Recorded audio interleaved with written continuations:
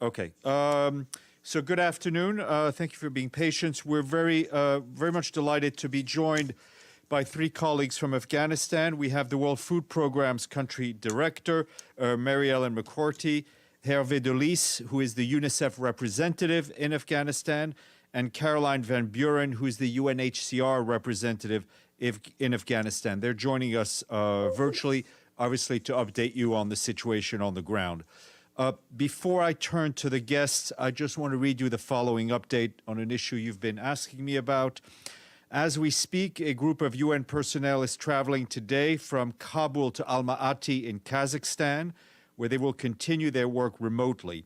We thank the government of Kazakhstan for the offer to host a temporary remote office for the UN assistance mission in Afghanistan. As the Secretary General told the Security Council on August 16th, the United Nations presence in Afghanistan will adapt to the security situation on the ground. In light of the security and other constraints in Kabul and other parts of the country at the moment, it was decided to move a part of the UN staff out of the country. Personnel will return to Afghanistan as conditions permit. As we've also been making clear, the UN is committed to staying and delivering in support of the Afghan people in their hour of need.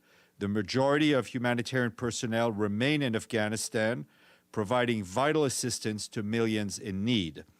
The remote presence will provide close support to the UN's family continuing work on the ground in Afghanistan. This is a temporary measure intended to enable the UN to keep delivering assistance to the people of Afghanistan with a minimum disruption, while at the same time reducing the risk to UN personnel. So to give you an example of that humanitarian work that is ongoing, sure. Okay. All right. Okay. Just all right. Let's. Can you ask your question on the microphone, Michelle, so we can hear you? Thank you, Steph. How many staff have been or are travelling to Kazakhstan today? How many international staff and how many are local staff, and how many more flights do you expect to happen in coming days? I'm not going to get into numbers, but what I can tell you that I'm not going to get into exact numbers. What I can tell you that in light of the obvious volatile situation in the country, we're not going to discuss exact numbers or locations of our colleagues. But I think, as I'd mentioned earlier in the past, we're projecting to allow up to about 100 personnel to operate out of Almaty. The office in Almaty will be staffed by as I mentioned, a relatively small number of international personnel. The safety and well-being of all our staff, national and international, is a matter of paramount importance to the UN.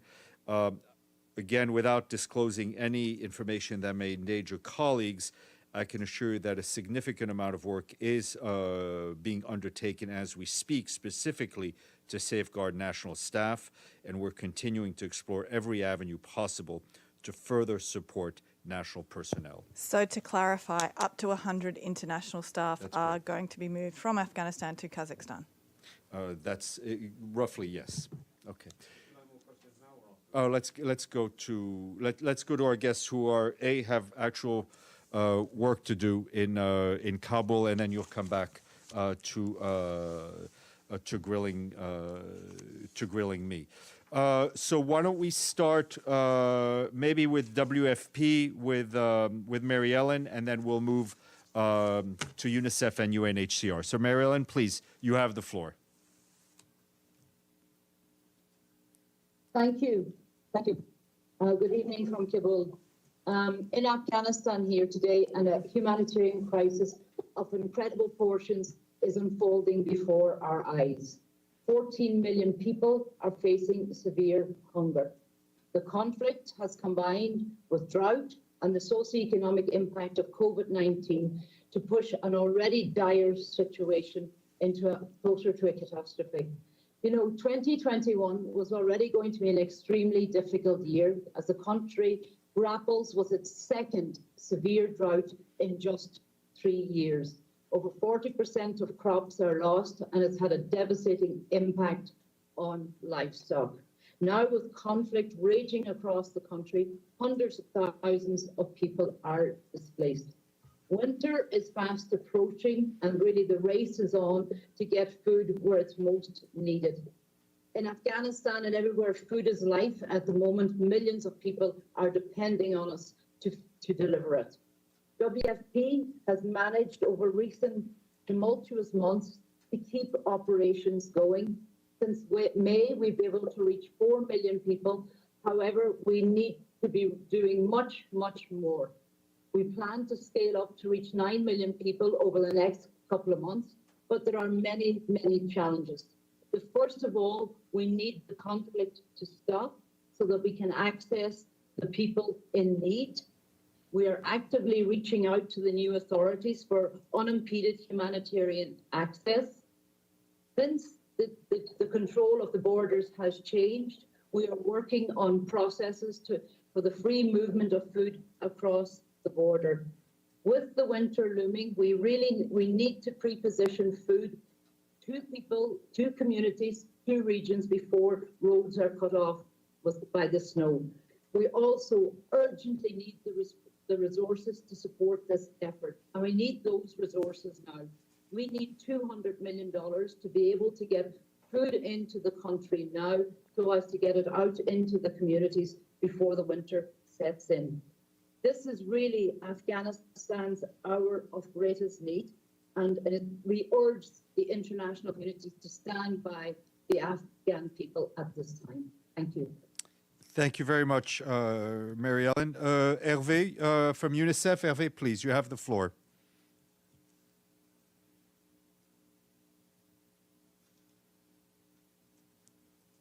Herve, can you hear us?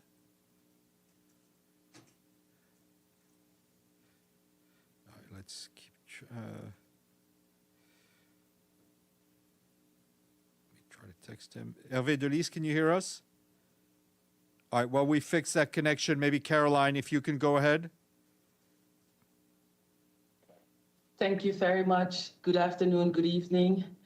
Thank you very much for the opportunity to brief today. As you are all aware, the humanitarian crisis in Afghanistan has rapidly escalated in the past weeks. Tens of thousands have fled their homes. Currently, the overwhelming majority of displacement is taking place within Afghanistan itself. That's where humanitarian efforts also need to be focused. Over 500,000 people have been displaced within the country since the beginning of the year. Acute humanitarian needs are now spiraling.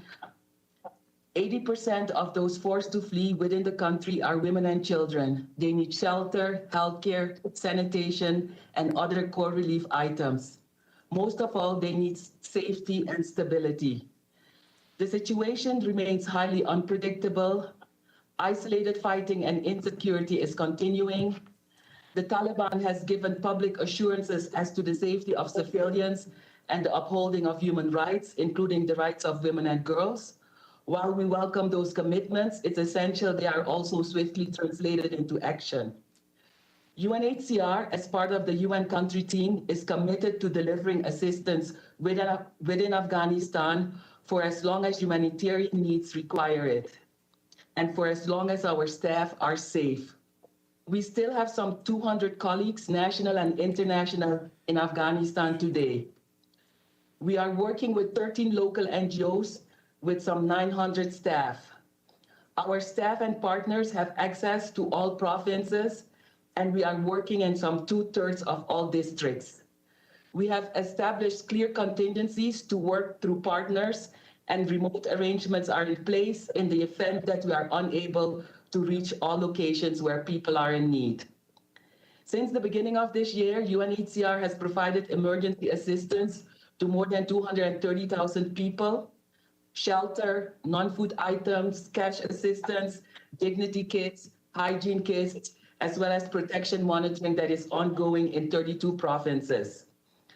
I would like to emphasize specifically that the vast majority of Afghans are not able to leave the country through regular channels.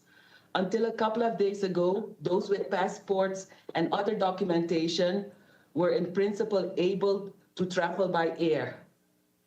As of today, there are no commercial flights arriving to or departing from Kabul. The footage taken a few days ago of crowds at the airport has shocked the world. As we've seen for ourselves, people running after and clinging to a military plane that was in the middle of taking off.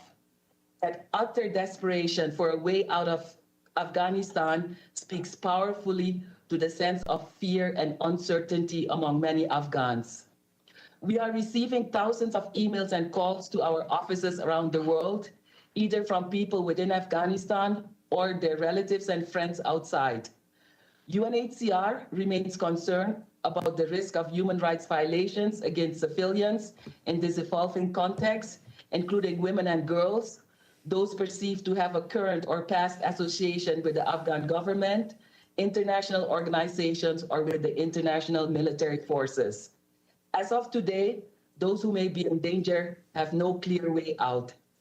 We continue to urge all countries neighboring Afghanistan to maintain open borders so that those seeking safety can find it. UNHCR has not observed mass influxes to neighboring countries to date. However, at the same time, partners and other sources have reported that movement of Afghans outside of the country has risen in recent months. Border points between Afghanistan, Pakistan, and Iran, respectively, have been open for brief periods, but largely for the purpose of trade and restricted to those with documentation. Finally, UNHCR has issued a non-return advisory on Afghanistan this week. Given the dramatic change of circumstances and prevailing uncertainty, we are calling on states to suspend the forcible return of Afghan nationals, including asylum seekers who have previously had their claims rejected. We echo the Secretary General's call for protection of civilians and unimpeded humanitarian access within Afghanistan and the reception of Afghan refugees outside the country. Urgent humanitarian support is needed to address the immense and increased human suffering. The Afghan people have endured far too much over the past 4 decades of conflict. We must not leave them behind today. Thank you. Thank you very much, Caroline. Let's see if our connection to UNICEF works. Herve Delis, please, Herve. Yes, it is now working, and sorry for that computer glitch. No problem. Good evening from Kabul. During the last phase of the armed conflict until the final takeover of Kabul a few days ago, UNICEF has continued to deliver for Afghanistan children and response to their urgent needs. Despite all the unanswered questions that lie ahead, one thing is certain. UNICEF is here to stay and deliver for every child and every woman in Afghanistan. UNICEF has been here for 65 years, and we are not leaving. It is true that for our own safety in some provincial areas, the Taliban ask us to pause operation until order is restored, but we are in daily contact with the local leadership in almost all provinces, and their message is clear. They want us to stay and continue our work in Afghanistan. We've been engaging constructively with the new leadership to preserve our operational presence across the country, and we are hopeful that we will scale up our work for women and children in the coming days. We are scaling up our humanitarian response in the country, and in the short term, we will use our mobile health and nutrition teams in camps for internally displaced people and mobilize further our partners to scale up our water provision across the IDP camps and across the drought-affected areas to alleviate suffering. In the medium to longer term, and once we have government interlocutors, UNICEF intends to support the current partnership with national NGOs, international NGOs, and clarify the working modalities with the new authorities.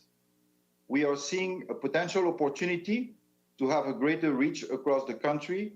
And for example, we intend to reach close to 500,000 nutrition cases in the hard-to-reach areas that were inaccessible before. We are also hopeful that we can take a giant stride on polio. Afghanistan is one of the 2 polio endemic countries in the world.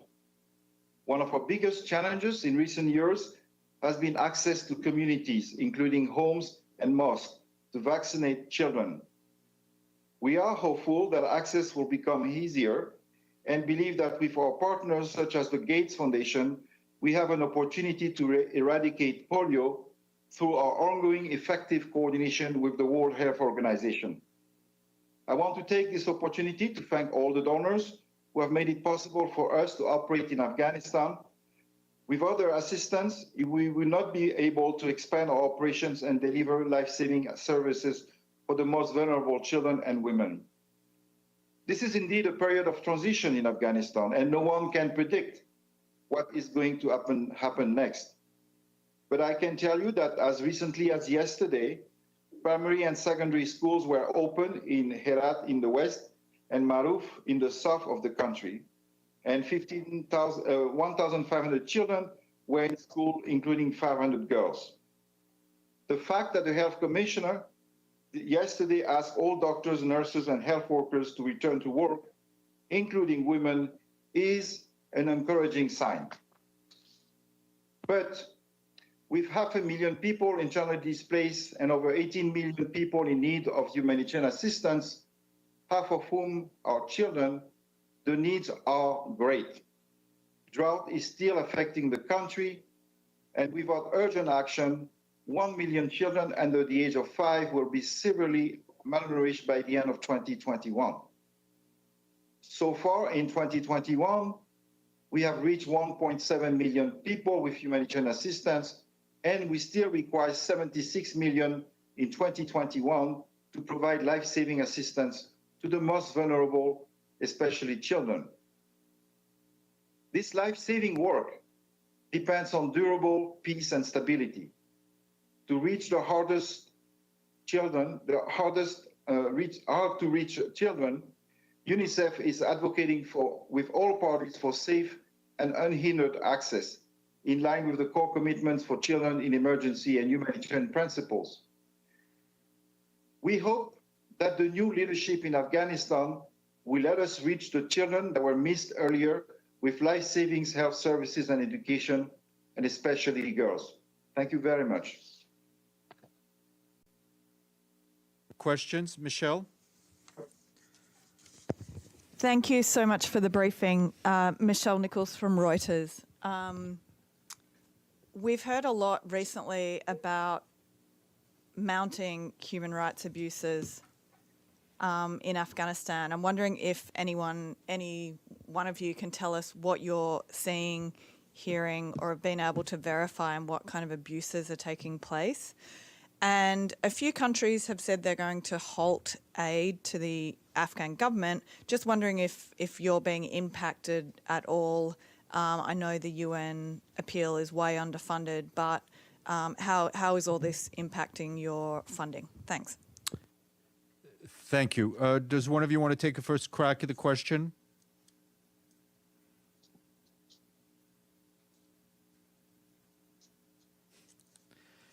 Maybe we could start on... Go ahead. With regards to the human rights abuses, we have some reports of human rights abuses against women. We've been told that in some areas, women are not allowed to go to work. And this is a real problem because women are heads of households in some areas, and they have to work to take care of their families. In some areas, it's been reported that women are not allowed to move without a male family member, a close male relative. This is also problematic because women have to go to the doctor. What if there's no male relative available? They have to go shopping. They have to do certain things. So even though this is not reported in all areas, we're getting some of these reports, and this is, of course, of real concern. Over. Thank you very much. Just a quick follow-up. Thank you for that. Are you able to specify which areas? And is it fair to say that these are Taliban fighters that are responsible for this? And do you get the sense that this is something being passed down from the leadership? With regards to whether it's passed down from the leadership, the reports that we're having is that they are saying to us, They're still waiting for instructions from the leadership. So, and probably the instructions have not reached yet at the ground level. Over. Thank you. Maybe Herve or Mary Ellen, if you could talk about the funding issues. Yeah, I mean, that's as mentioned, there's an awful humanitarian crisis unfolding. A decision now to halt funding of any level to Afghanistan will have absolutely horrendous consequences. It's 14 million people suffering hunger, over 2 million children suffering from malnutrition, incredible shelter needs, incredible health needs. If you see the trauma over the last couple of months because of the conflict, the needs are enormous. And the last really, and to scale back on funding now will only add to the instability and the desperation. You saw the desperation at the airport the other evening of people trying to leave. Multiply that across the country. If we cannot get life-saving assistance out to the people, it will not help Afghanistan at this time. So I would urge the international community to rethink if they are considering reducing the funding. Now is the time to act in Afghanistan. Now is the time the Afghan people need the international community to stand beside them. Thank you. We'll go to James and Valeria. James Bays from Al Jazeera. Can I ask each of you, the Taliban has said that the UN and its agencies can continue its work. What contact have you had at what level with the Taliban? And a specific question for Caroline from UNHCR. Clearly, we see the desperation of people trying to get out of the country at Kabul airport. Clearly, that must be magnified across the country. If people are trying to get out by land, what is the situation at the borders? Are they going to get out? Thank you. Caroline, maybe if you can start with that last part. And with regards to people leaving Afghanistan, we don't see large numbers leaving. And with regards to the borders, some of them are closed, some of them are partially open. The displacement is within Afghanistan. As we said, over 500,000 people within Afghanistan. We don't see a large influx in, for instance, Iran or in Pakistan at the moment. We've also seen some returns happening already. People are moving from Kandahar back to districts in Helmand. Other people are moving from Kabul back. So we don't have a crystal ball, but we do not expect a large-scale outflux of refugees out of Afghanistan. What we are seeing at the airport are the evacuations by different member states of their citizens and people who worked with them. Over. Thank you. Are you able to address the first part of the question?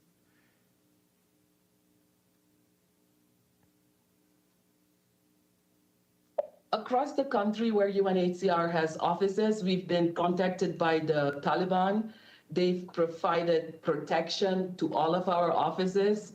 So we have been in touch at that level. We've also been encouraged to continue our humanitarian programming. With regards to discussions at the Doha level, that's done through the humanitarian coordinator, Ramis. Thank you. Over. Thank you. Herve, do you have anything you want to add? On the contact with Taliban, we've had contacts for some time at the operational level, meaning at the district level, at the provincial level, to be able to create a conducive, safety and security conditions to do cross-line operation. That has been in place for some time. At the most strategic level, with the humanitarian coordinator, myself, and the country director of the World Health Organizations, we've had a contact with the Taliban in Doha to discuss the rollout and the scale up of the polio immunization. So we've had contacts with them also on the education sector, on the education front. We have signed a work plan with the Taliban for community-based education last year, And this work plan has basically formed the strategic and the operational framework. And it has to be mentioned here that this work plan was fully discussed also with the then government in Kabul. So it was an agreed upon work plan between the Taliban and the former government. So yes, we have been in touch with them and we have contacts with them. And we will continue this engagement at the operational and at the strategic level.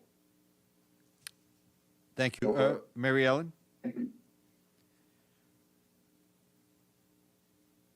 Yeah, WFP, I mean, has been securing humanitarian access to many the contested areas over recent years as the conflict has escalated. We have contacts at the operational level through a forum called the NGO Commission. The engagement is very much predicated on the humanitarian principles of humanity, impartiality, neutrality, and operational independence. The events in recent weeks, of course, bring a new dimension to the tapestry of engagement. I mean, as I indicated earlier, they have now taken over the border post, so we need to look at setting in place a framework to allow unimpeded movement of food across the border. We also have to engage around getting the UNHCR, the Humanitarian Air Service, operations resumed. We were quite successful in Faizabad 2 weeks ago when they shortly took over the territory to get planes in there and get them out again. But it's a new level of engagement that we will have to ramp up, particularly at the strategic level in this new context. Over. Thank you. Valeria and then Betul. Thank you, Valeria Robecco from ANSA News West Service. I have a follow-up on James' question. If you have any estimates on the runaway flows at the Kabul airport, so specifically like in the area of the Kabul airport, and if you, I mean, the United States said that the airport is open even for civil flights. So if you have any clue when any commercial flights can land or depart from the Kabul airport. Thank you so much. Thank you. Can one of you take that question? Maybe either Mary Ellen or Herve, if you have any information on the airport. Well, WFP Mary Ellen is the logistic lead, so for us. So I will let you take this one, Mary Ellen. Thank you, Herve. Yeah, I mean, I don't have numbers on the outflows, but certainly things had settled around the airport in recent days, but it was a bit tense up there again today. We had secured access yesterday to go in and have an initial inspection of planes. But again, today it was much more difficult as people started to gather around the airport. I have no visible. I don't think there's been any commercial flights now in since potentially Sunday. I think was the last one we had seen on a commercial flight. We are working hard to try and get the UNHCR operations up and running again, but it's going to take a little bit of work with the authorities because it needs to see who's in control of the airport and the safety and security of flights coming in and out. Over. Thank you. Betul? Thank you. My first question will be for... Can you identify yourself, please? Sorry. Oh, Betul Yurick, Turkish News Agency, Anadolu. My first question will be for the UNHCR and a follow-up question on James. Can you tell us how many Afghans have left the country since the beginning of this year? And just to clarify, you said that you do not expect a big number of Afghans leaving the country by land. And my second question is for whoever is willing to answer. We heard the Taliban spokesperson yesterday giving some assurances. What is your reaction to that? And given the history of right abuses, do you trust the Taliban? Thank you. Caroline? Thank you. With regards to the numbers for this year, borders have been closed due to COVID, and most people were not able to go through regular border points.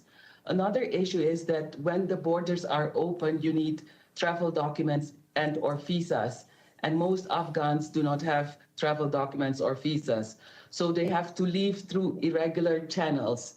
And the estimates that we have are that some 20 to 30,000 people are leaving every week through irregular channels. Over. Can I just have a follow-up on that? Where are these Afghans going to? Which countries? Every week, 22 to 30,000, you said? Mostly to Iran and some to Pakistan, but it depends whether the border is open or not, or if they use irregular channels to go. So mostly to Iran. Over. Thank you. Alan? Thank you so much for doing this briefing. Alan Bulkati with RIA Novosti News Agency. The question is to the person who can answer on it. I don't know. Do you have any information on the number of casualties of the persons pronounced dead and injured at the Kabul airport during the last few days as a result of the events we all know? Thank you. I don't know if the question was, any of you have information as to the number of casualties we've seen at the Kabul airport? No, we don't have information. Okay. Thank you. We'll go to the screen, then we'll come back in the room. James Reinl, The National. James? Hi there. Thanks so much, Stefan. Can everyone hear me? Yes. Great stuff. Listen, thanks so much for the briefing today. It's really appreciated. First question is to Herve. Herve, in your conversation with the Taliban, have you got an idea yet of what policy they're going to roll out in terms of whether or not girls and young women can access classrooms? Will it be up to age 12, 15, 16, university age?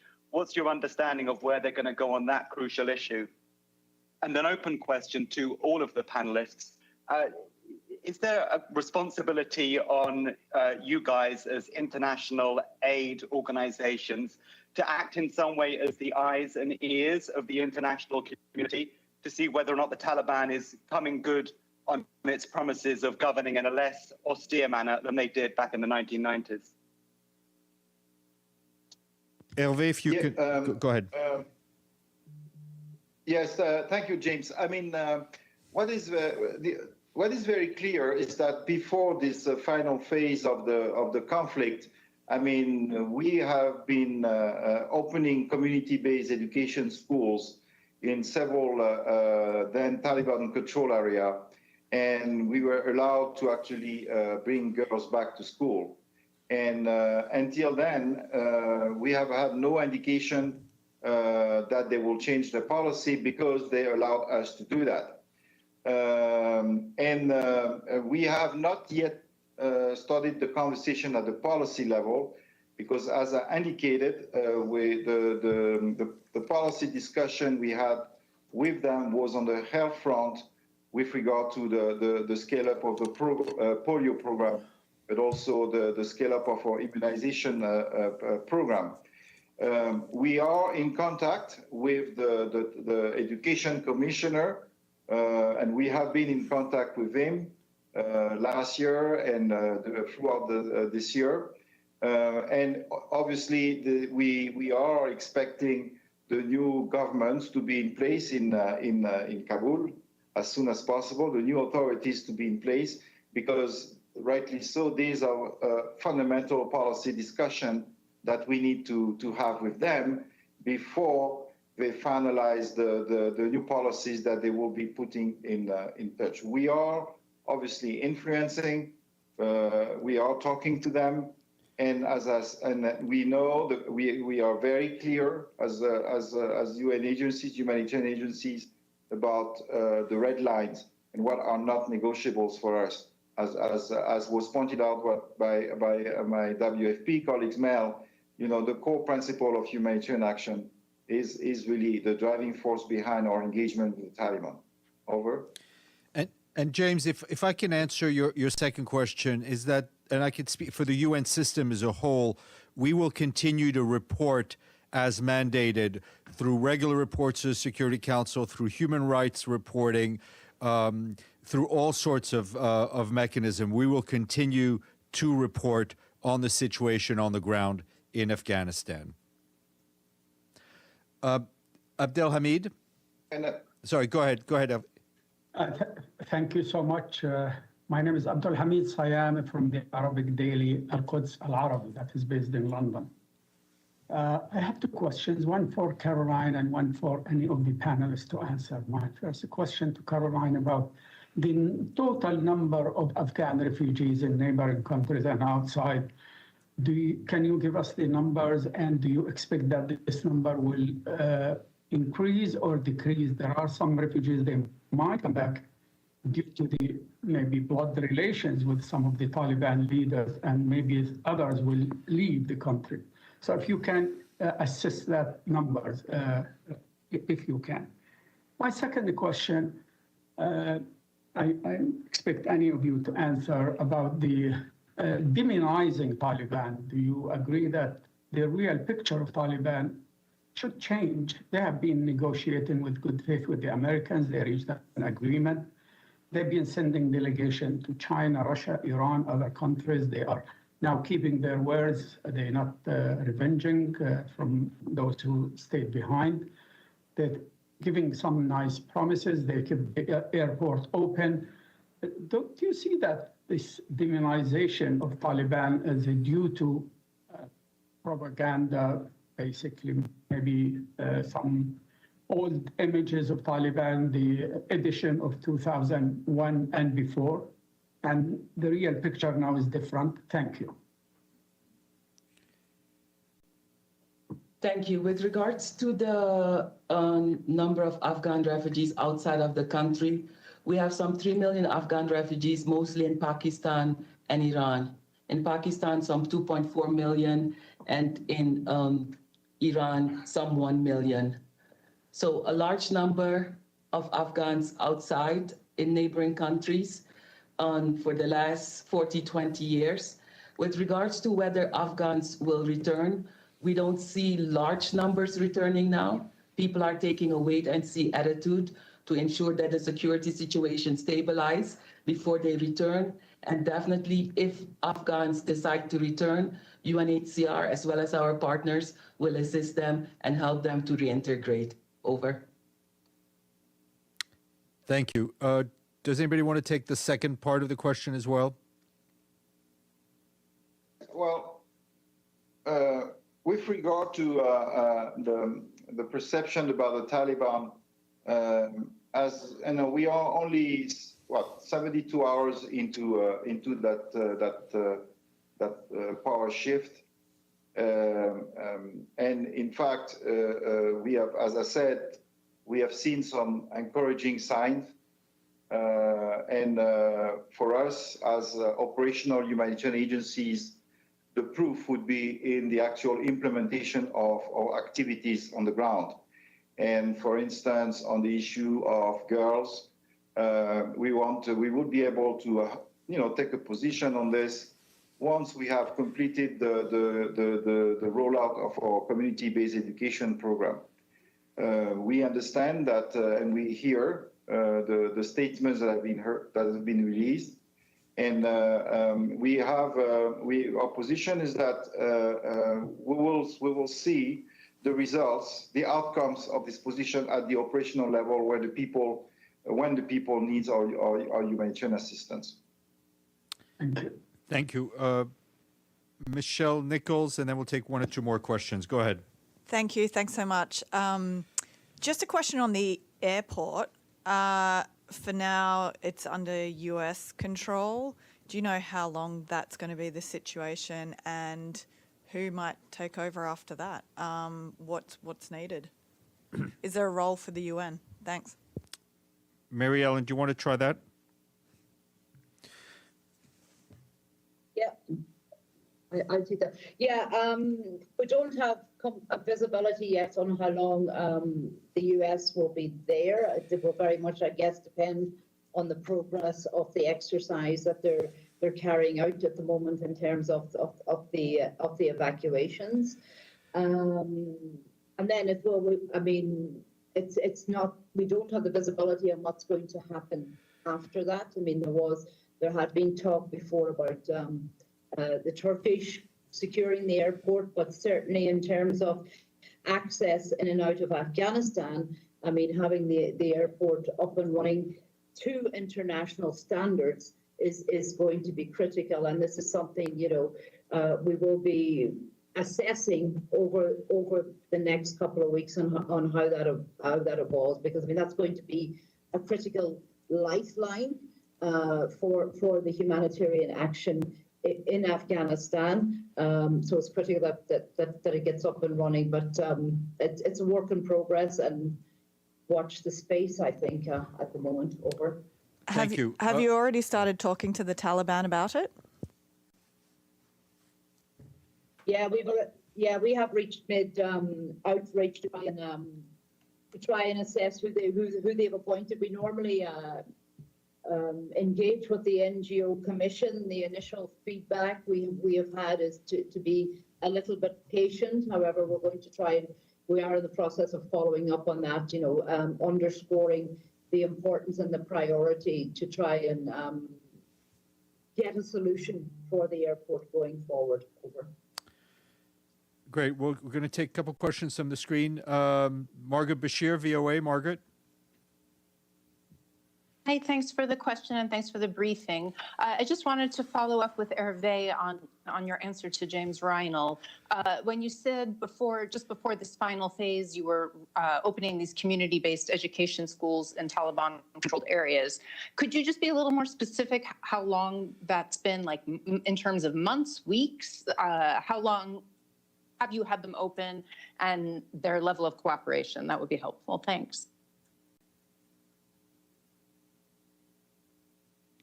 Herve, do you want to try that one? No, I'm not. No, we can hear you. Yes, go ahead.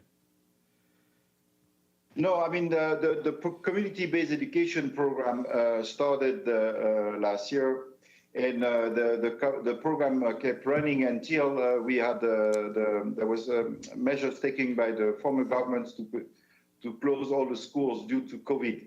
So, and then after this measure was taken, the conflict erupted, and then since then the schools have been closed because of the combination of the COVID measures and the conflict. But now the school have been reopened, and I mean it's a slow process.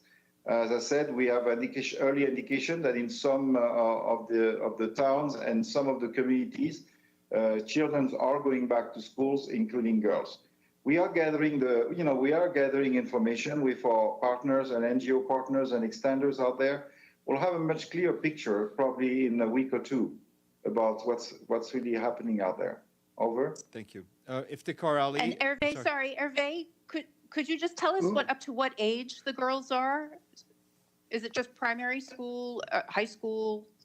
No, it's primary school. Iftikhar Ali. Thank you. Steph, Iftikhar Ali from Associated Press of Pakistan. The key questions have already been asked, but may I ask, what is the atmosphere, may I ask from the UN colleagues based in Kabul, what is the atmosphere like? Are the government offices and fully functioning? Are the markets open and people out in the streets, especially women? Which one of you want to take? I don't know which one. How many of you have been actually outside? But if one of you could take that question. Yeah. According to reports that we're receiving, including from our staff members, is that things are slowly returning to normal.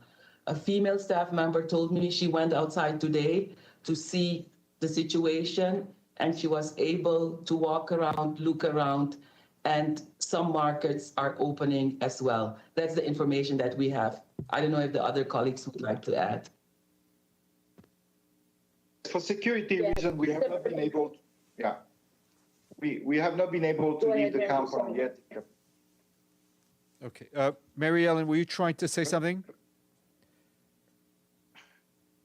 Yeah, the colleagues that have been going up and down to try and access the airport are telling me that, it's calmed considerably since Sunday today, but there is still, it's far from normal. I guess it's a new normal. I mean, shops little by little are starting to open up. We are seeing some, more of the national colleagues, pop into the office. But I mean, it's slowly, things are opening up a little bit, but there's still, I think the evenings, I understand still, there's quite a bit of criminality and stuff floating around in the evenings. Over. Thank you. Beitul and then James, and then we have to let our guests go. Thanks, Steph. I was wondering if we could just get a reaction from you to what was said by the Taliban spokesperson yesterday. Were you satisfied with what you heard? And given the history, do you have any concerns? Do you trust the Taliban?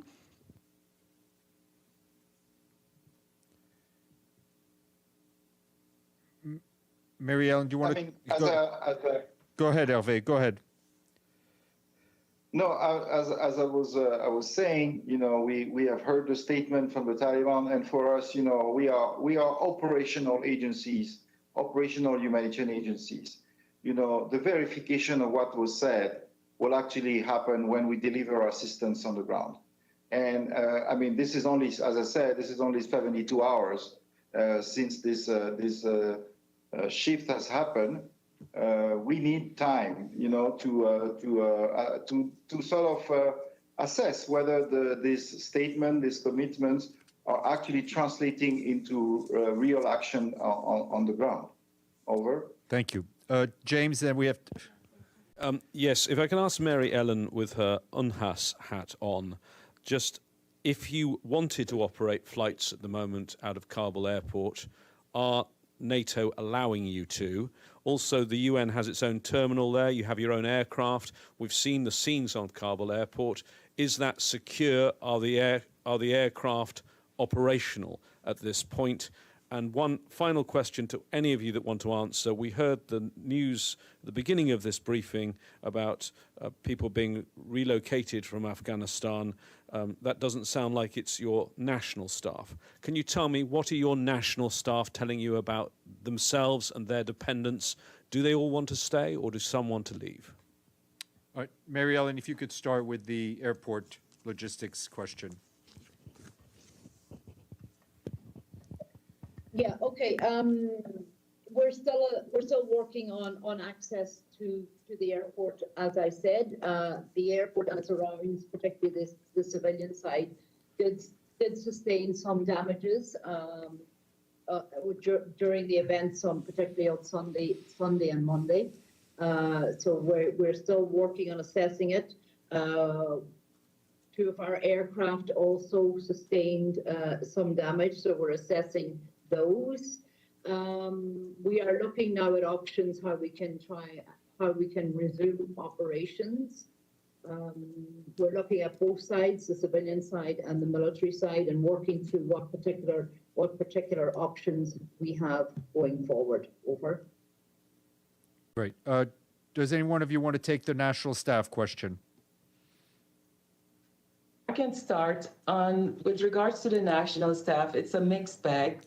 Some want to leave, some want to stay, especially the women. They're very concerned about whether they will be able to continue to work. Male staff members are concerned about their female children. Will they be able to go to school? So it's a mixed bag. And today I got some reaction of some women who felt that the situation was getting back to normal. But the majority of the women, if they could leave, they would leave. Over. Thank you. Valeria, one quick one, and then we'll... Yes. I have a very quick follow-up on the airport. In terms of access for civil commercial flights, do you think it's going to take, like, we're talking about days or weeks? Thank you so much.